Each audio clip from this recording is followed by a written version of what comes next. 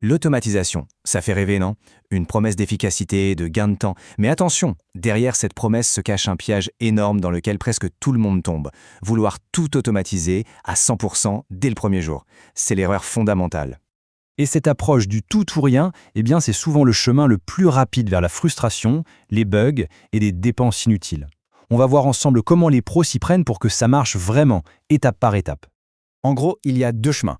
Le premier, c'est de foncer tête baissée vers l'automatisation totale. C'est la voie la plus risquée.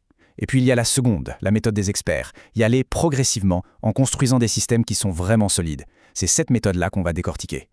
Alors, la toute première étape, c'est la sécurité. On ne se lance pas sans protection. On commence par mettre en place ce qu'on pourrait appeler un filet de sécurité.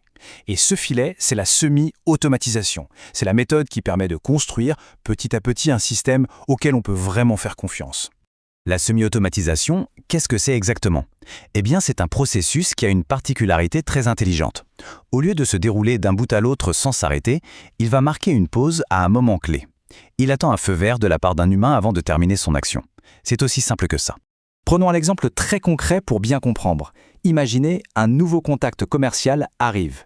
Immédiatement, une intelligence artificielle prépare un brouillon d'email. Mais le processus s'arrête. L'email ne part pas. Il reste là, en attente. Pourquoi? Parce qu'il faut qu'un humain vienne le relire et l'approuver. C'est cette pause-là, cette validation, qui est notre bouclier anti-erreur. Et ce n'est pas juste une théorie, c'est une règle d'or chez les gens qui maîtrisent le sujet. Cette phrase, elle résume toute la philosophie. On ne se lance jamais à 100% sans filet. C'est un principe de base pour éviter les catastrophes. Bon, maintenant qu'on a posé les bases et qu'on a notre filet de sécurité, on peut commencer à regarder vers l'objectif final. Car oui, le but, à terme, c'est bien l'automatisation complète. Mais attention, c'est une ligne d'arrivée, ce n'est pas le point de départ. L'automatisation complète, c'est le Graal. C'est un système qui tourne tout seul, du début à la fin, sans aucune supervision. C'est là qu'on libère un potentiel énorme en termes de temps et d'efficacité. C'est un système qui est devenu tellement fiable qu'on peut lui faire confiance les yeux fermés. Justement, comment on passe de l'un à l'autre? Le passage de la semi-automatisation à l'automatisation complète, ce n'est pas un choix qu'on fait au début.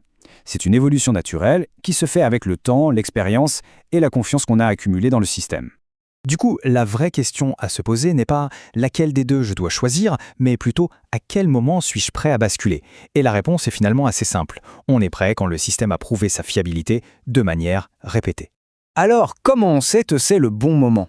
Avec des preuves concrètes. Il faut avoir validé manuellement le résultat de l'action 10, 20, peut-être même 30 fois, et si à chaque fois la qualité est au rendez-vous, sans qu'on ait besoin de corriger quoi que ce soit, alors là, on peut commencer à envisager de retirer le filet de sécurité.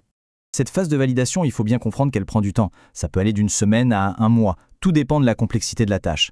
C'est le temps qu'il faut pour que le système soit, comme on dit dans le jargon, testé, approuvé et réapprouvé. Une fois que le système est jugé fiable, il reste un dernier obstacle à franchir. Et celui-là, il est purement mental. Il s'agit de prendre une décision consciente, celle d'accepter un risque qui est devenu minime, en échange d'un gain de temps qui est, lui, énorme. C'est un arbitrage à faire. D'un côté, on a le gain de temps colossal, parce qu'on ne passe plus ses journées à tout vérifier à la main. De l'autre, on accepte le risque, qui est désormais calculé et acceptable, qu'il y ait une petite erreur de temps en temps. Et le calcul est assez simple à faire finalement. Si le système exécute 999 fois une action parfaitement, le temps qu'on a économisé sur ces 999 actions justifie largement de prendre le risque d'une seule erreur potentielle. C'est précisément à ce moment-là que l'automatisation révèle tout son pouvoir. Donc, pour conclure, s'il y a une seule chose à retenir, c'est celle-ci. L'automatisation, ce n'est pas un interrupteur qu'on bascule sur on ou off. C'est un parcours. C'est une question de maturité du processus. L'analogie est vraiment parfaite. Vouloir tout automatiser d'un seul coup, c'est exactement comme vouloir courir un marathon sans jamais avoir fait le moindre entraînement. On va droit dans le mur, c'est la blessure assurée. Voilà l'idée clé qui résume toute cette stratégie. La semi-automatisation, c'est la phase d'entraînement. C'est cette étape qui permet de construire la confiance et la fiabilité pour pouvoir enfin, un jour, franchir sereinement la ligne d'arrivée. Alors, pour finir, une dernière question à se poser.